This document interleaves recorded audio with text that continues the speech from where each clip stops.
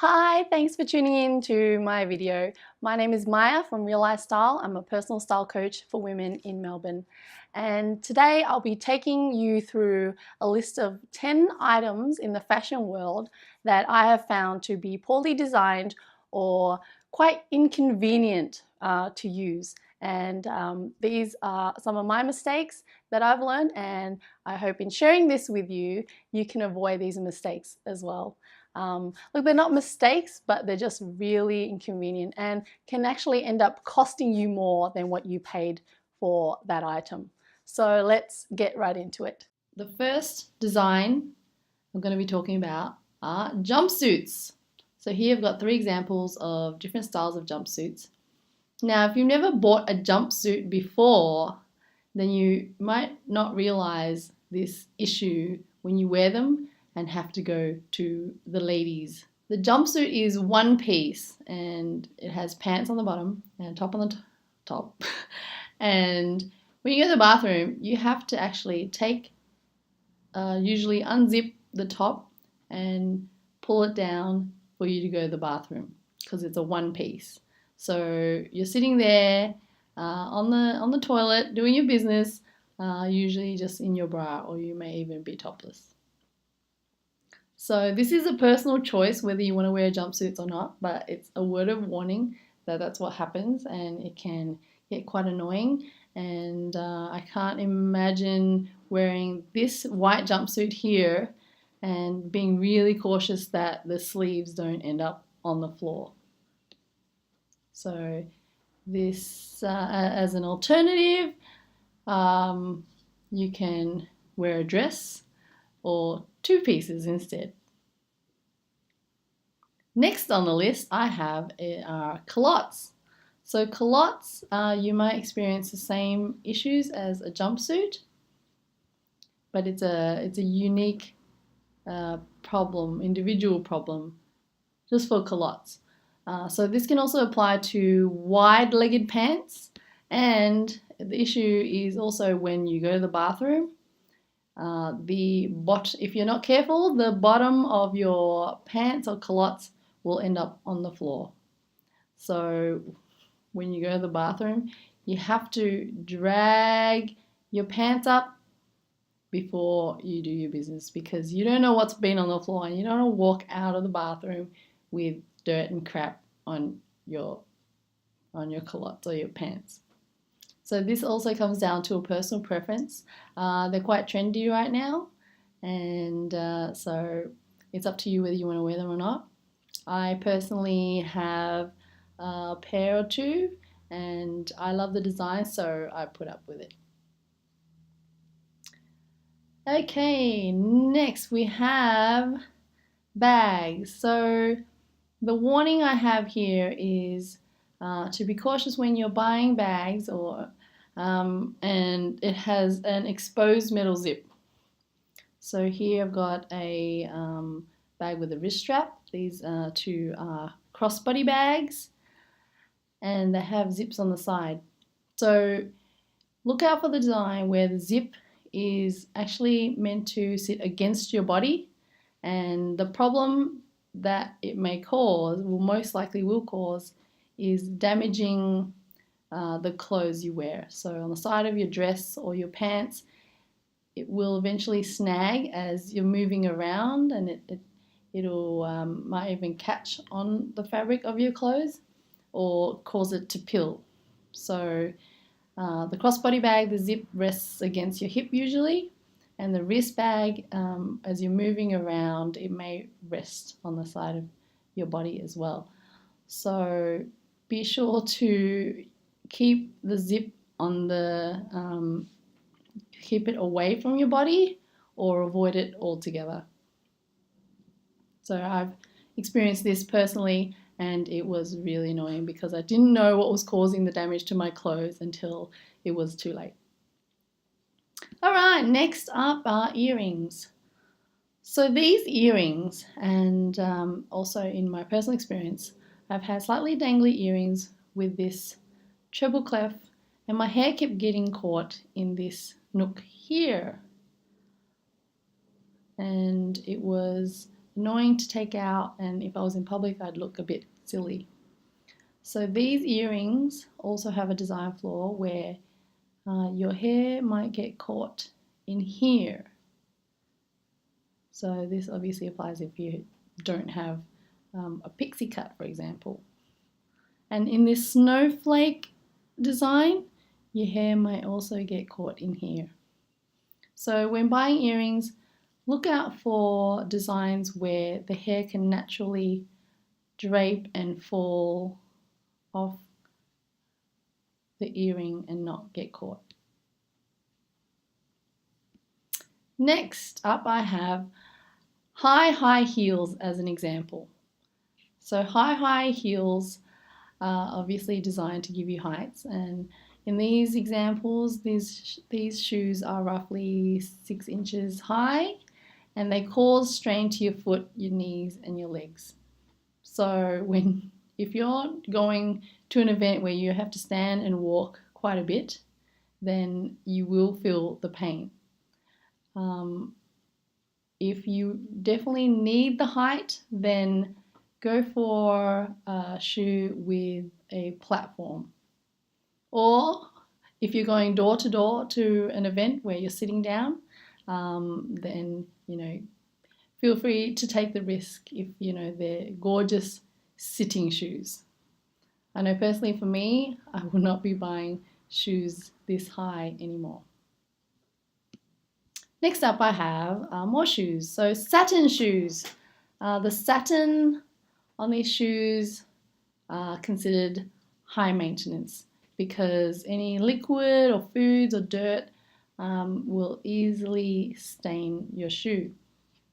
And these are quite the occasional shoe, so you might not wear it much, but on the occasion you want to make sure that you're in a very clean environment and it is definitely not raining or muddy outside.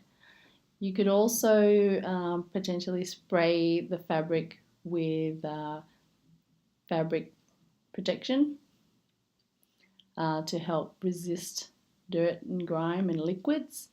But otherwise, I think for everyday use, I would avoid satin shoes.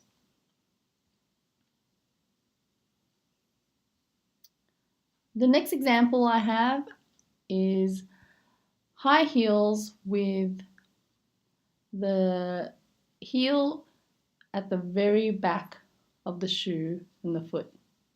What happens is when you walk, most of your body weight will shift towards the back of your foot and there may be moments where you feel really unstable and potentially your heel could even cave inwards.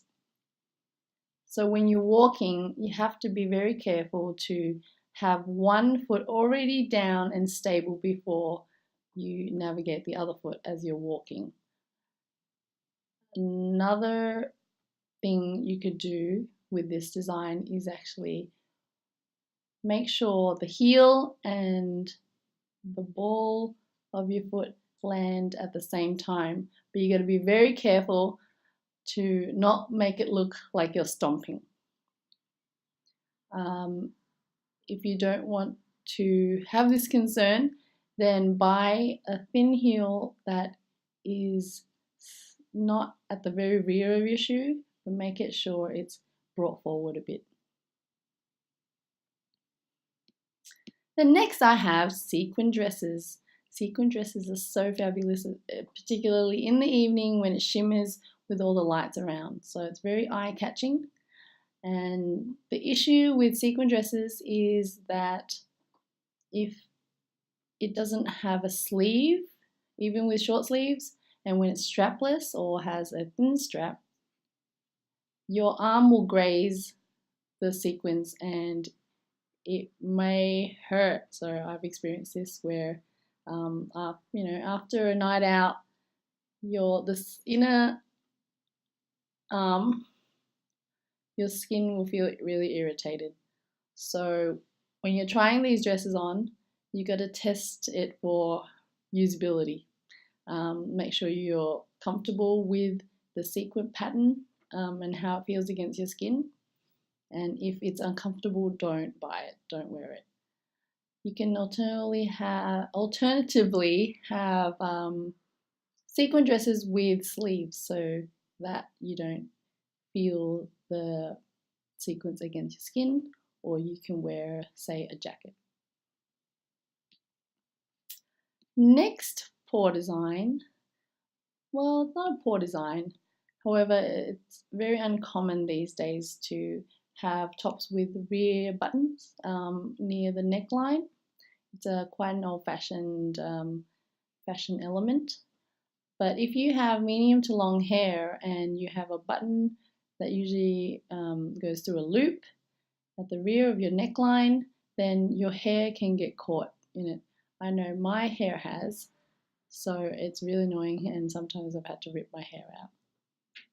So I avoid wearing these tops with buttons at the rear of my neckline because I don't have short hair. So something to be wary of or avoid if you don't want to be bothered by that. And an alternative, obviously, is to buy tops with zips. Number 10, bracelets. So I'm talking about bracelets used as costume jewelry. Usually you can buy them from Diva or Colette or Lavisa, I think that's how you pronounce it. The thing to be careful with these bracelets is that the claws are usually not very refined and can snag on your clothes. So same deal with the metal zips. You can cause damage to your clothes and not even know why. So make sure you test the bracelet against your skin, and if it feels rough, don't risk it. It may be cheap and really pretty, but if it's going to damage your clothes, then it's not worth the investment. Make sure you buy bracelets that are made from respectable jewelers. And an alternative to costume jewelry that isn't as cheap but not expensive either, in my personal experience, is the Korean jewelry, particularly in Melbourne, that I found are really well made and quite elegant as well. So keep your eye out for that. And I know I've said I was going to show you 10 items, but I've decided to throw in a bonus. So the last item on this list is pencil skirts with a slit in the very front, in the middle. So the thing with these skirts that are usually quite fitted is that when you sit down, strain is caused at the top of the slit, and it will slowly pull the threads apart, and then you'll have to either fix it or not wear it anymore.